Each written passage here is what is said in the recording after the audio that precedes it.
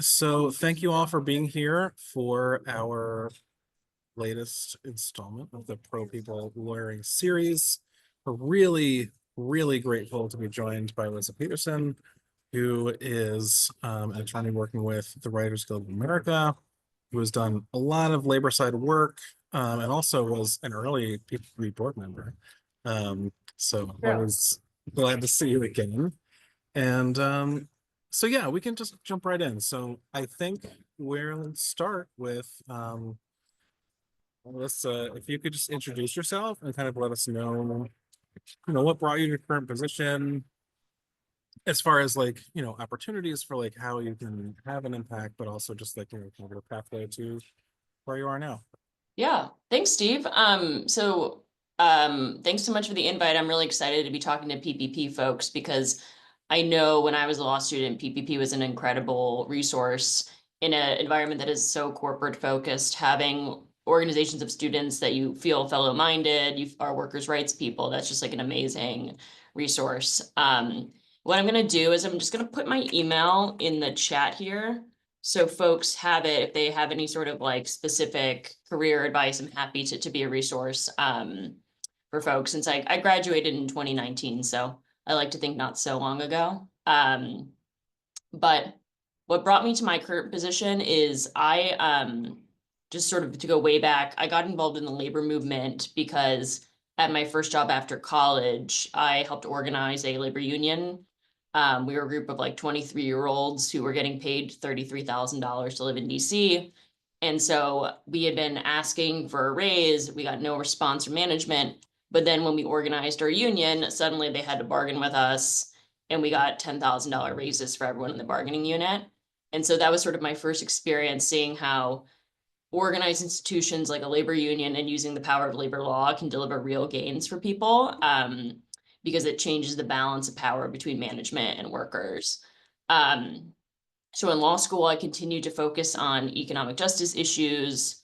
And then after law school, I worked at the Center for Popular Democracy, which is a really cool worker center based in Brooklyn, where I was helping organize workers around unemployment insurance during the pandemic. And PPP was actually very involved in doing a lot of the research about unemployment policies that I used in my work. And sort of during the pandemic, we ended up having like 20,000 unemployed people taking action to try to extend the unemployment insurance benefits during COVID.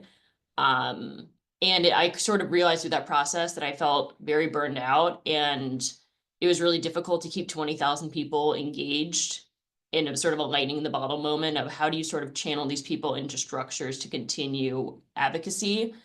And so I was sort of reminded of my time at the labor union that labor unions are a really great way to channel power in a moment and to push people into making sort of sustained gains over time. And so what I ended up doing is I joined Unite Here Local 11, which is a really militant labor union here in Los Angeles. And I helped do a lot of stuff, really cool early career stuff. I filed a class action. I helped workers on strike multiple times. I did a bunch of arbitrations. I filed a bunch of unfair labor practice charges. And so in 2023, Unite Here did this huge, they struck 80 hotels. And then the Writers Guild also was on strike for 5.5 months. And there were these numerous instances where the guild would send members, writers, to picket with the hotel workers. And I thought that was sort of the vision of the labor movement that I want to be a part of. I want to see that cross-class solidarity. And so the Writers Guild wanted to hire people from more sort of working class union backgrounds and bring them to the guild to sort of import some of the strategies that other aspects of the labor movement use and bring them to the guild and politicize and mobilize writers. And so I'm part of that project, which is how I found myself at the guild. But I've only been at the guild since November. So most of my stuff here today will probably be more local 11 focused. Thank you. I think I think it's always interesting just as a person who cares about these issues, just to hear from people like how your own experiences, your own values, like take you to these kinds of places. And so yeah, I appreciate you sharing all of that. So getting into some of the issues here, what are some of the major issues that are facing workers today? So like, and on that, I would say like a lot of times what we're hearing more recently is like, we have had a bunch of like, big wins in the labor movement. There's more momentum, that kind of thing. So, but I think like there's always more we could be doing. So like, where are the places that we're making progress, and where do you see spaces that where there's kind of like more work needed? Yeah, I think it's a good question in this political moment because I think it's important to sort of keep the context going of the labor movement has been in sort of dire straits before. And this is another sort of dramatic moment, but we are all sort of in it together and we've been in this situation before. I really like Tim Walz, and I think one thing he said is when you have the ball, you're just moving it down the field, you're trying to sort of push the gains forward, knowing there's going to be some reversals, but you just want to kind of keep moving things down the field. And so, for example, like that's really what Jennifer Abruzzo, who is the general counsel at the National Labor Relations Board, did during her time. She had this policy called SEMAX, for folks who are interested in labor law, which is a policy that makes it much easier for workers to organize and punishes employers who, during a union drive, if an employer breaks labor law, the workers win the union. And so it was a very powerful policy and sort of recognizes the economic realities of how employers use union busting tactics and illegal tactics to harm worker organizing. So I think there was a lot of progress made during the Biden administration on labor law issues. And I think, particularly in Los Angeles, and I feel sort of spoiled to be in California because we have really great conditions for organizing here. But in Los Angeles, we had the teachers went on strike, the writers went on strike, the hotel workers went on strike, the healthcare workers went on strike, the airport workers went on strike, all in the past 3 years. And I think that was an incredible achievement that working people across Los Angeles felt like strong enough that they could stand up and withhold their labor from the employers. And those unions won incredible contracts. In the UAW strike, I thought was an incredible achievement, and the gains in that contract were really important. And so I think that's the progress of unions becoming more militant, taking advantage of the moment. Um, and I think sort of there are other ways in which, like, for example, California has really powerful labor enforcement agencies. And that's because the labor unions built political power in California and held the governor accountable to appointing excellent people to these positions. So they're sort of wielding the power of past workers, taking action to reform the government and make it responsive to workers' concerns. And so I would say the progress is uh, that, and I'd say it's obviously very state specific because we've seen rollbacks in other states, but sort of speaks to the importance of workers being involved in the political process and their representatives being responsive to those concerns. And then I would say on the difficulties, one thing that really concerns me is there are certain elements in unions that are highly reactionary. Like we saw UAW went out to all their members and talked to them about the stakes of voting for Trump and meaningfully organized people and moved them to vote for the party that is more responsive to their concerns as workers.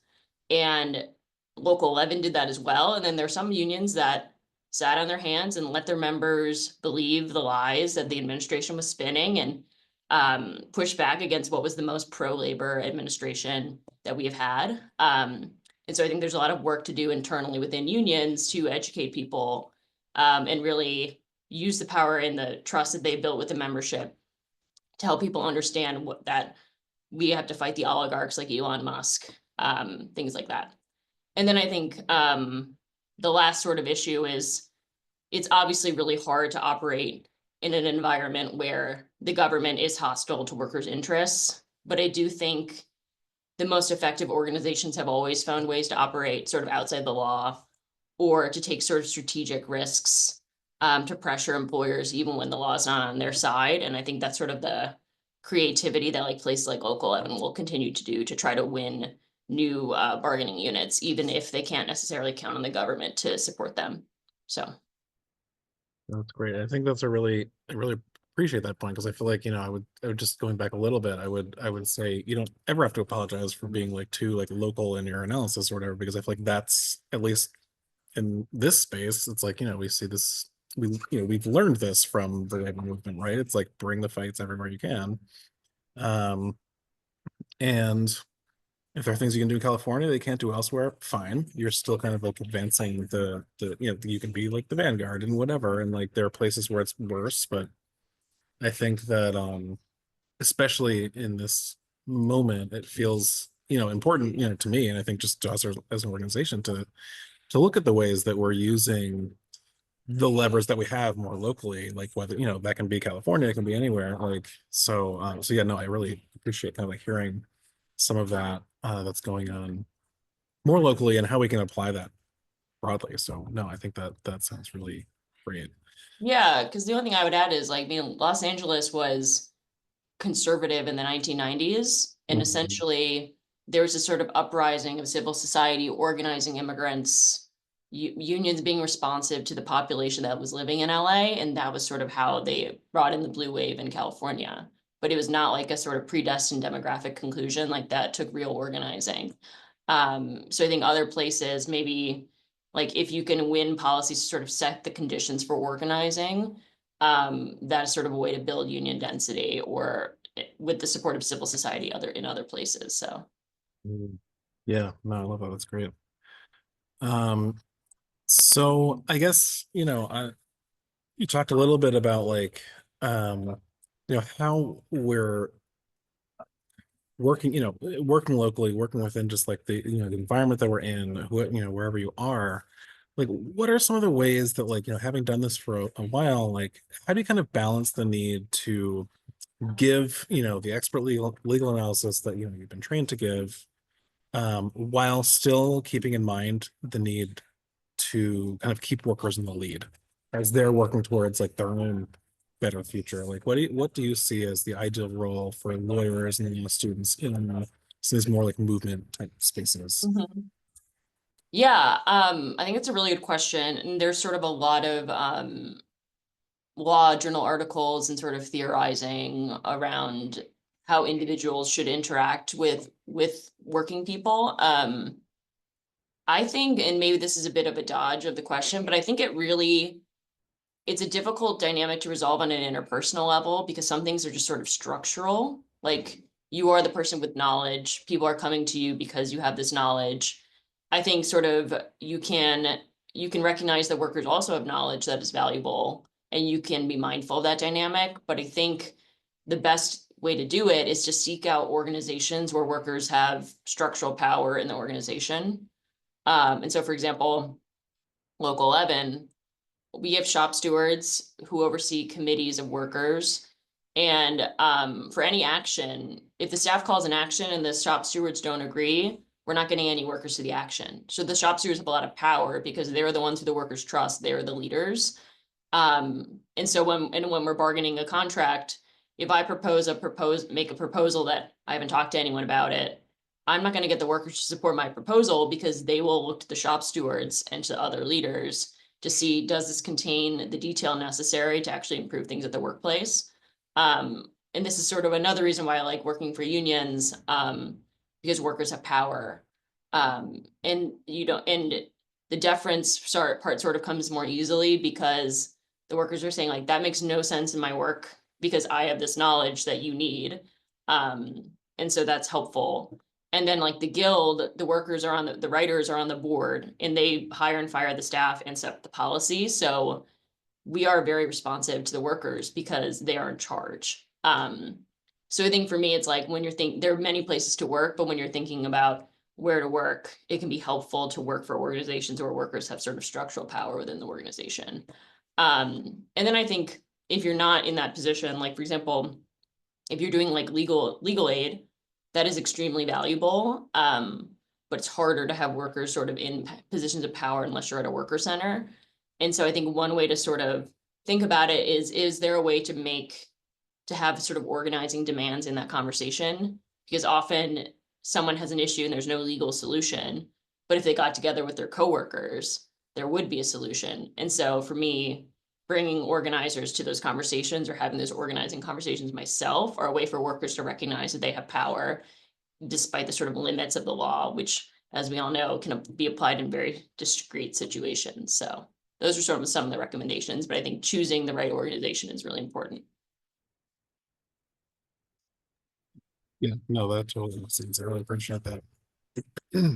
Um, so one thing that like I don't know, just as someone for that, and like as I've followed some of the work we've done, that kind of thing. Just like one thing that I'm curious about, I think could be useful just for some of our, I think particularly for some students watching and things like that. It's just like what are some of the things that you've done through this type of work that you're kind of like most proud of? I think, yeah, there are all kinds of different ways that like, on a daily basis you're going to, working for, working people and that kind of thing. But just like, is there anything in particular that really stands out as kind of like a highlight of the last, however many years now? Yeah, I would say um one thing that I was proud of is when I joined Local 11, there was a lot of sort of very new things I had to do. Like, for example, for arbitrations, normally when you're at a law firm, you are like, don't do an arbitration until you're a partner or you're a very senior associate. Local 11, by contrast, was like, watch one arbitration and then the next one you're leading it, you're doing it. And that was actually, it was very stressful, but it was like, that's how I'm in my current role because I did a lot of early career arbitrations. So I think like saying yes to things, even if they're unfamiliar or stressful, to push yourself. I was proud of doing that as an early career attorney. In terms of the sort of more substantive things, at Dodger Stadium, the workers threatened to strike the All-Star game. And so in exchange for relenting pulling back the strike threat, they like doubled their wages and everyone at Dodger Stadium makes over $30 an hour. And because the Dodgers are so successful, that's like the first time the workers are sharing the gains of that success. And I think the next contract, the cooks are going to make like $40 an hour or more. Um, so I think that was like a really successful way of like worker leadership and worker power leveraging these incredible results for people. Um, and I think the other thing was we knocked doors and passed this ballot initiative and I was knocking doors myself too, to raise the minimum wage to $30 in LA for hospitality workers by the Olympics in 2028. And those are sort of the things that can create the conditions for organizing because you're raising the non-union and the union standard. So there's no longer sort of a penalty to resist. There's no longer so much of an incentive to resist the union. So I think like being part of those types of policies to create conditions for further organizing is something I'm proud of as well. Yeah. No, that's awesome. I think that's all. I think that's something that is, I even just, like you said, it's like it's been, it's like a little while ago, but like, since what, 2019, such a good thing. So like very often, I think, law students and even just like early career attorneys, it's like, you're kind of told, it's like, well, like you'll get there, you'll be able to do something important eventually. Like, and that's something important is kind of like, okay, I worked on some big merger deal and, whatever. Like, I don't know. Um, this is like this kind of work and like being able to have just like within, whatever, 6 years, like having kind of like these kinds of experiences and just like, you know, not just in your belt and whatever. Like I think it's just like that's amazing. I think like and that's the kind of thing that I think this is what we need more of in the legal profession. So like, yeah, I think I'm always happy to hear from people, particularly like even like earlier in their career. It's just like you have like a real kind of like it's not like if you're an artist, it's like you have a little portfolio and whatever. It's like yeah, Yeah, like yeah. doing all these things that like are actually like advancing things for like actual people. So I appreciate hearing about those. Um,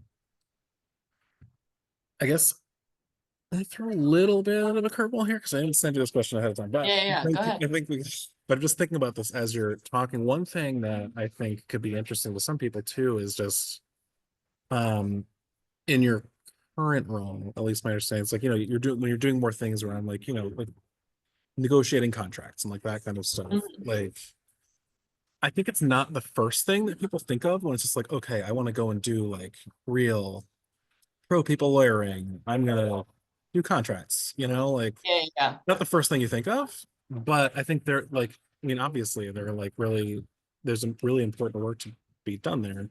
The same way, like, I was talking to somebody recently who's like, they're doing all kinds of like really cool work in like tax law, which like again, like I think when you're like a law student, it's like Yeah. not going into tax unless like I am like actually on, I want to be like a right wing lawyer or something like that. It's like it just doesn't hurt a lot of people.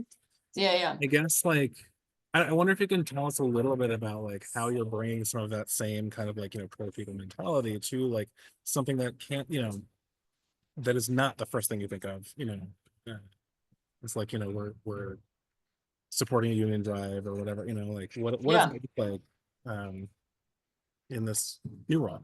Yeah, totally. So yeah, I mean, obviously there's right the new organizing, which is sort of what I've been talking about. But like the thing that the workers want from the organizing ultimately is they want meaningful changes in their lives. And the way you do that is you need to you need to sort of leverage the power you build through the organizing to get a contract, which can be really fun and exciting. And then you need to enforce the contract, which is sort of the stage that the guild is in, because we struck for 5.5 months in 2023, won this amazing deal, but the studios are hiring like really expensive corporate lawyers to do everything they can to do an end run around the deal to undermine the gains for writers.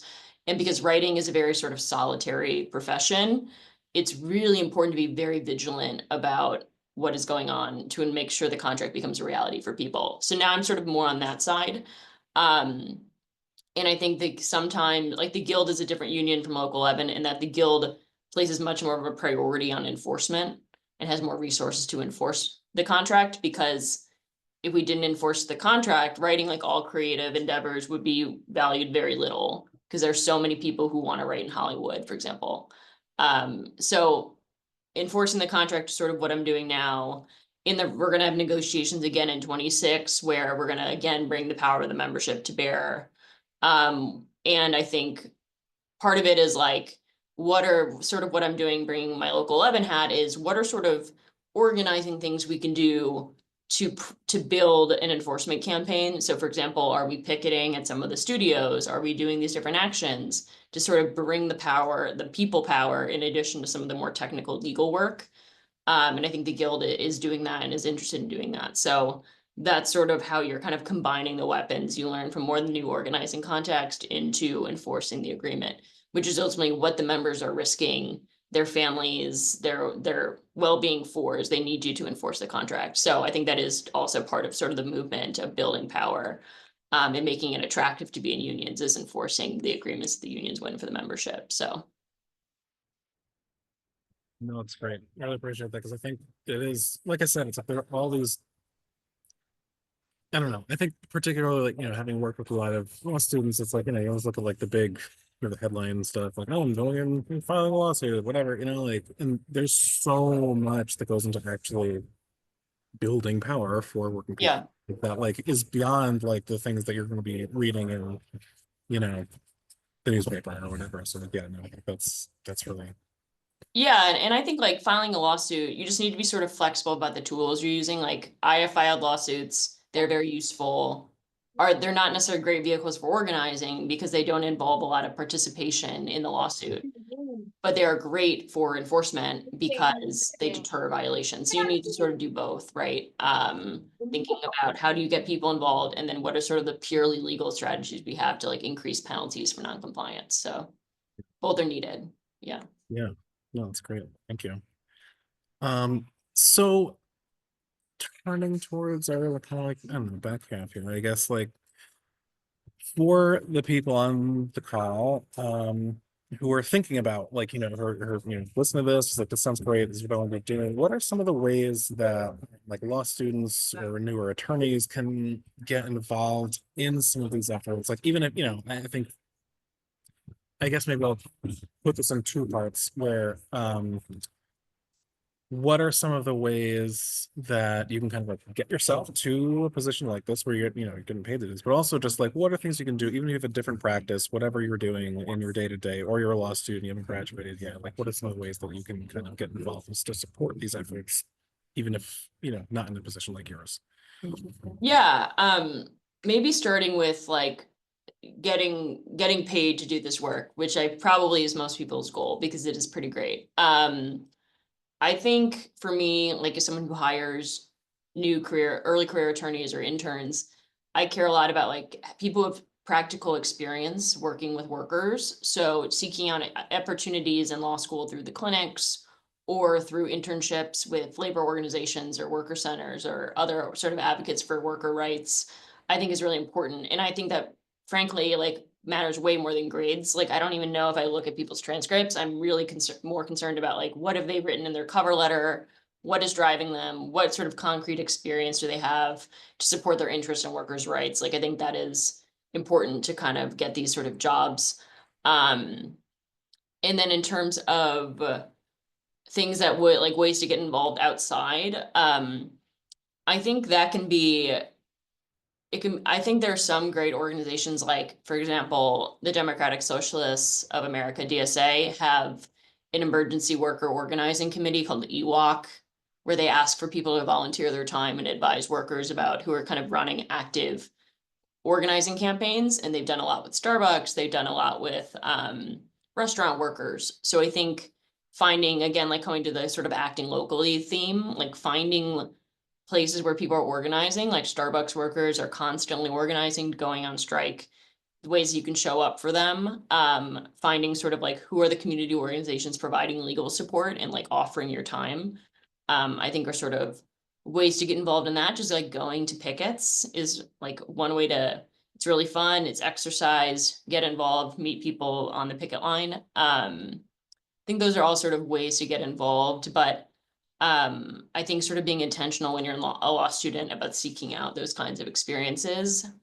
Um, and also I'll just say it's sort of, it's, you don't really want to straddle the fence on this issue. Like, for example, if someone went corporate, they can explain, but it just makes it much harder for them to come back. I think it's sort of like the prosecutor public defender divide in labor spaces. So I just want to be like open about that, is you really want to have an anti-corporate focus, because if you go corporate, it can be harder to kind of find your way back into the public interest world. So at least from my perspective.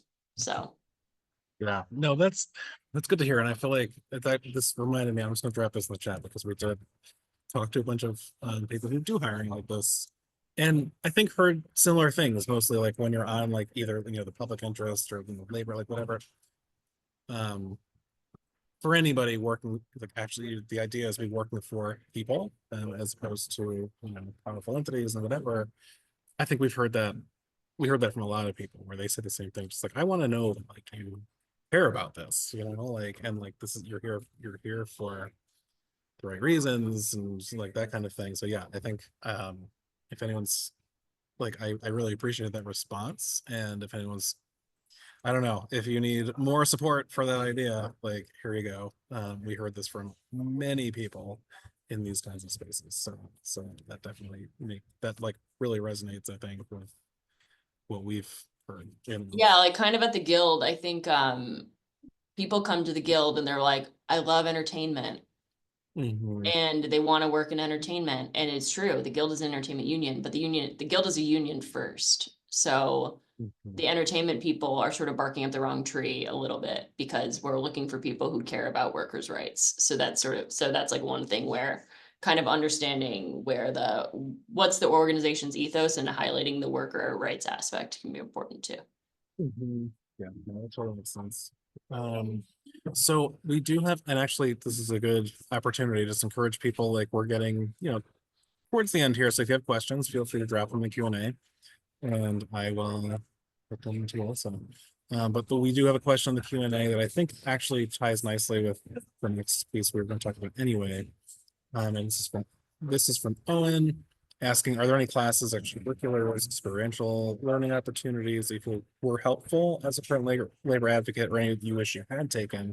Which I think, really goes towards like some of the same things that I think I was about to ask, just about what advice you have for law students or early career attorneys kind of looking to, have an impact in this space.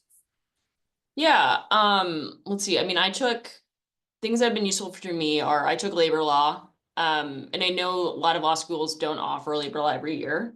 So I think if it's like, if they're offering it, it's really important to sort of get on the list because labor law is very technical. So I think that's an important class. Employment law. I took employment discrimination. That was extremely helpful because I filed a bunch of EEOC charges, challenging occupational segregation between front of house employees and back of house employees. And Local 11 did not have that expertise at all, but I brought it because I had taken employment discrimination at a really good class in law school. So I think other sort of things to like wage an hour, if that's offered, is useful. You just sort of want to build your arsenal. Um, I'm like, what I have used, I have literally filed international human rights complaints. So just like, I'm like, that international law could be interesting because a lot of these supply chains are global. And sort of thinking about if you have Europeans involved in your industry, it can be useful to bring these concerns to their attention because they will be more responsive than the US, particularly right now. Um, what else has been? I think clinics really getting, it could be very nerve-wracking to interview clients. And so getting that experience in a supported setting, I think is really great. I had sort of the fortunate, like my law school has clinics from 1L spring on, and you're in the same clinic, which is a pretty incredible thing. And I wish more law schools had an ongoing clinic because I think being, if you can keep doing a clinic over multiple semesters and keep your clients, I think that's just a really good way to see the life cycle of a case and build a rapport with your client and sort of go deeper and get more skills from that experience. Trying to think any other classes that were useful. I took I think administrative law can be useful. Um, just because sometimes your work is challenging government determinations on certain issues. So, but those are sort of the classes I took that I thought were helpful. It's great. And I think maybe like adding a second piece to this. I think like, and part of this I'm thinking of just because like, I don't know, even just thinking of like how we get to know each other and that kind of thing. I think Yeah, like, yeah, um, I know for me, I came into this kind of space through just like a very narrow, it's like, I was doing veterans organizing, that kind of thing. Um, but I think with the right view of it, where it's like it is more universal, it's like fine, I'm working in this specific space, but you know, we deserve to be, marginalized yeah, veterans deserve to be treated properly because everyone does and whatever. And like you can go from that kind of thought into almost anything, right? Where it's just like you totally. see how people um are disadvantaged by the law and things like that, and like how you can both work within the legal system, doing organizing work, things like that to change that. I guess like I am one thing I'd be curious to hear a little bit. Hi. One thing I'd be curious about is just to hear a little bit about I don't know, some of like the different experience, like how you bring some of those different experiences together, like into some of these, like into this kind of work, where like, and I guess I don't know how to say that right, but it's like, like we met through the Veterans Clinic. Yeah, yeah, And like, and that also even like brought meal. It's like that's even how I found PPP. Um, yeah, yeah, yeah, totally. so all of like these, I think like I guess it's, I don't know. I'd be curious if you have any thoughts on just like how some of these different areas, even even if whether you're working in labor, you're working in whatever veterans rights, you're working in like all these different spaces. Like, how do we kind of like cross pollinate some of this and um bring some of these same values just like across different areas and learn from each other. Yeah, no, I think that's a great question. And I mean, in particular, it sort of just reminds me of how great it was to be in a clinic that is just working with a group, a population of people. Because veterans like had issues with housing. They had interactions with the military justice system that closely resembled the criminal legal system. We're doing employment stuff. Like I think it's just like we passed legislation. So I think working with a community was really great because we were just going to what the community needed and working, getting the opportunity to work with community organizations that were taking the lead and sort of dictating the priorities, I thought was an awesome experience. And so I know, but I know like not everyone law school has this clinic that is so well structured and has a sort of basis in the community. So I think like seeking out community organizations that have that sort of structure and are accountable to the worker-led collectives, I think is great. And then in terms of, and I'm sorry, I forgot your other question was, and I forget. Sorry, Steve. No, I think just like how, we take those experiences from different spaces, like, and make that in, Yeah, yeah, in yeah, something. totally. So I think there's just, yeah, like I think there's a lot of sort of collaboration and in the housing and labor spaces, right? Because workers need to be housed, workers need to be respected at work and have power at work.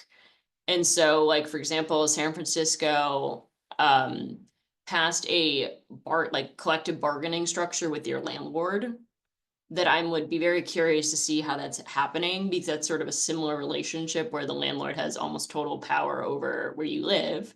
And so are tenants getting gains through that system? Like, are there things to borrow from other areas of law?